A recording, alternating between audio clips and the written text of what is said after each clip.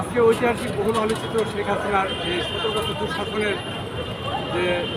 নিম্ন অবসাদ তৈরি করেছে, দেশটাকে চালাচ্ছিল হত্যার মধ্য দিয়ে, আজকে সেই 17 নভেম্বর 2025 সাল তার ঐতিহাসিক যে রায়,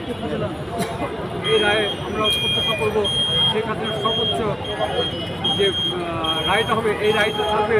যে আসলে জনগণের প্রত্যাশা যে ফাঁসির রায়, এবং এই ফাঁসির রায়টি যেন শেখ হাসিনা কোনোভাবে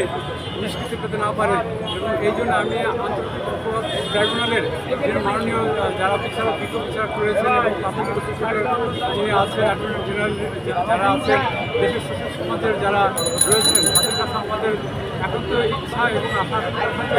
শেখ হাসিনার ফাঁসির যেন সর্বোচ্চ শাস্তি বিধান যেন এই ঐতিহাসিক একটা ঐতিহাসিক আইন হতে থাকে, এই প্রত্যাশা নিয়ে আমি রাজনীতি থেকে এসেছি।